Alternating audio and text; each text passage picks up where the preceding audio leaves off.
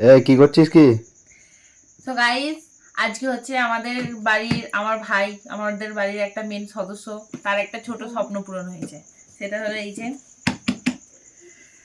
এটা হচ্ছে অনেক দিনের ওর ইচ্ছা ছিল যে ও নেবে নেবে নেবে বলছিল, তো ফাইনাল এটা নিয়েছে। তো এটার আমি এখন আনবক্সিং করব। আনবক্সিংও করে ফেলেছে, আমার জন্য থোড়ি না বসে থাকবে যে আমি কখনো আনবক্সিং করব। আনবক্সিং করে ফেলেছে, চলো তোমাদেরকে দেখাই। কাছ থেকে কাছ থেকে